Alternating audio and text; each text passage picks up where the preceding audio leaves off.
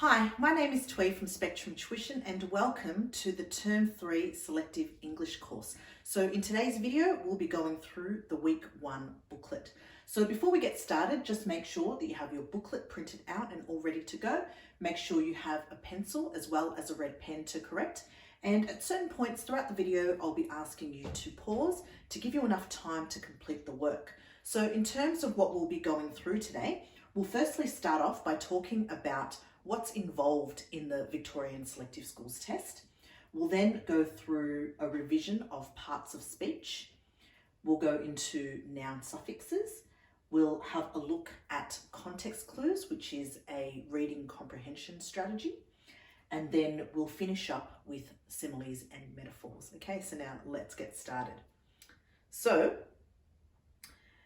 there are 4 selective entry high schools in Victoria for students from years 9 to 12. So the evidence of past years is that more than 3,000 students will sit the entrance exam at the Melbourne Exhibition Centre in Carlton for places at one of the following 4 schools. So this might change from year to year, but this is what the evidence has been so far. So we have Macrob, which takes in about 225 girls. We have Melbourne High, which takes in between 308 and 336 boys. We have Nossal High School in Berwick, which takes about 200 students. And Suzanne Corey High School in Wyndham, which takes about 200 students. So students are selected based on the following, right? So you need to complete an entrance exam first. Right, so we have the exam, which is what this entire course is going to be focusing on.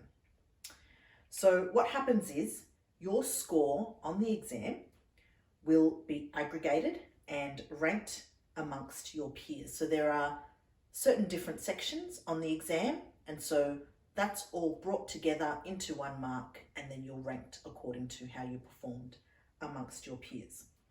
An acceptable standard in all sections of the exam is required. So if you're stronger at maths than you are at English, that won't necessarily get you over the line. All right, so you need to be strong across all 5 parts of the exam. Okay, so currently 85% of the Year 9 enrolments are selected through the examination process. All right, so that's something really, really important. So if you try really, really hard on the exam, then you have a really good chance of just getting straight through, all right? So what about the other 15%? So 10% of places are allocated according to rank, score, and equity considerations, right? So rank, score, and equity. So this would be 10%. Right, so details of what is an equity consideration may be obtained from the education department. Okay, so there's a link there. Okay, so the remaining 5% of students are selected through a principal's discretionary category. And so these students are asked to write a letter and to present a portfolio of achievements, right? So we have the principal's discretionary.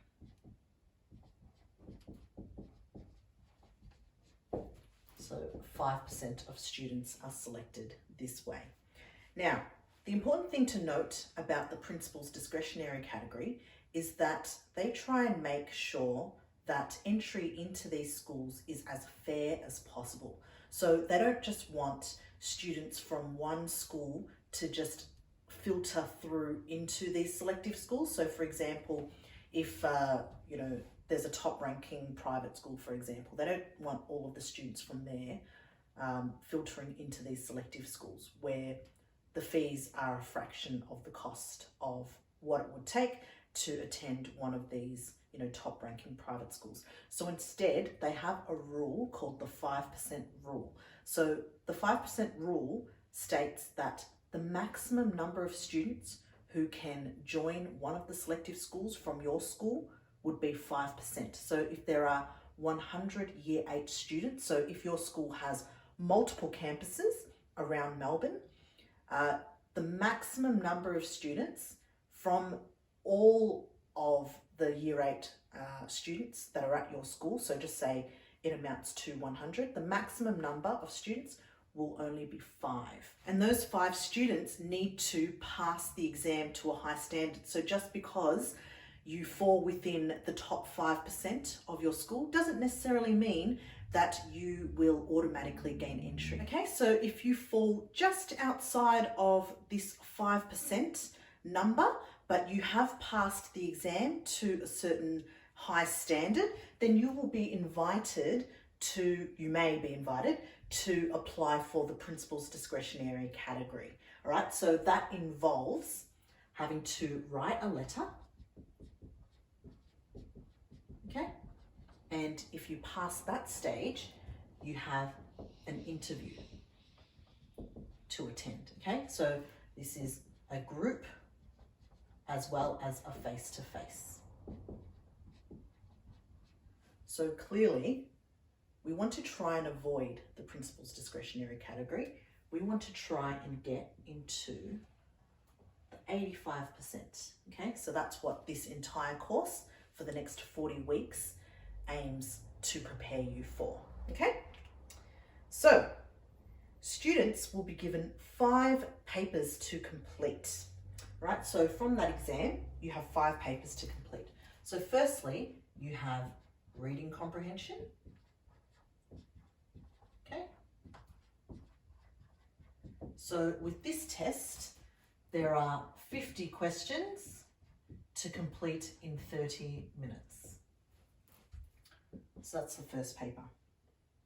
So in our courses, we'll be teaching specific inferential reading skills, as well as how to interpret maps, diagrams, charts, and illustrations, and use appropriate techniques to select the correct answer, so that you're not in a situation where you're just using really inefficient techniques in order to answer these questions.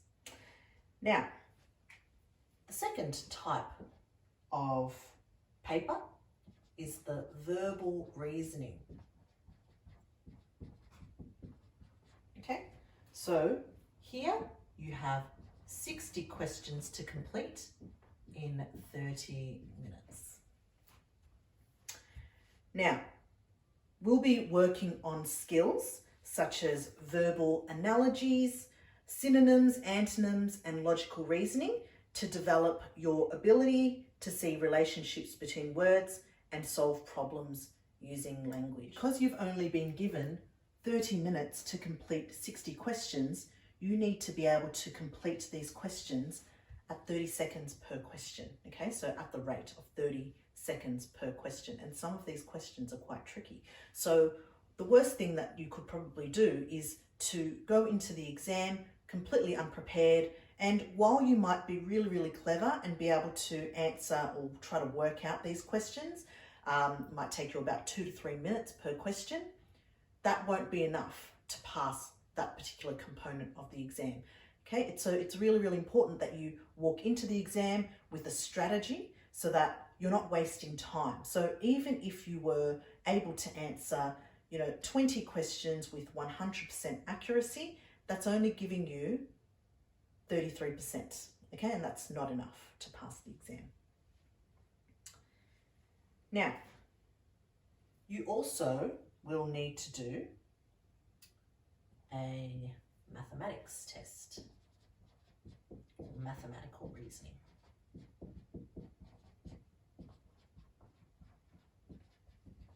Okay, so again, you've got 60 questions to complete in 30 minutes.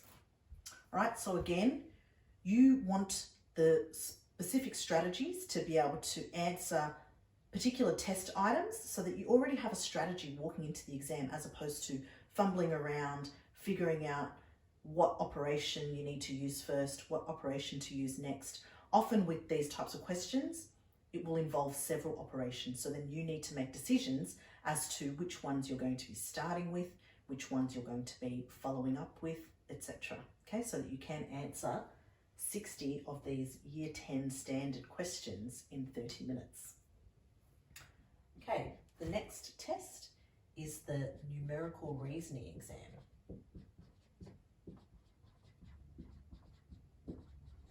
Okay, so here you're given 50 questions to complete in 30 minutes. All right, so we'll go through specific numerical reasoning questions in our courses so that you can answer these confidently by the time you get to the exam. And then number 5, it's a writing piece. Okay, so you need to complete a writing piece. So either a creative or an analytical. So you have 30 minutes to complete this particular writing piece. Right, so during this course, we'll be helping you structure your essay so that you can successfully complete the task within the time allotted. So we'll help you generate ideas, we'll help you structure and write the piece together, we'll help you come up with more efficient techniques and more effective strategies to be able to complete this. And we'll also give you tips on how to respond to the different types of prompts that are likely to come up. Okay, so like visual prompts, you might just be given a word to respond to, as well as develop your use of expressive language throughout this term and the terms that follow as well. Okay, and with the analytical, we'll be helping you structure and organize your essay. So just like the questions that I was mentioning before, going into the exam or walking into the exam with a specific structure in your mind will really, really help you write and structure these essays, a really high quality essay within the time allotted, so that you can be confident walking out of the exam that you've done everything that you possibly can. Right, we'll also teach you how to choose appropriate language to express your arguments in an effective way. All right, so that's all the information about the examination, and we'll get started now with the first part of the lesson. Thank you so much for watching the video. If you'd like to enroll in one of our in-person classes or online, then what you can do is you can visit our website at www.spectrumtuition.com, where you can complete a free assessment online right now, or you can book in for a free assessment to complete at one of our centres located around Melbourne. Otherwise, you can call us on 1800 668 177 for more information. See you next time.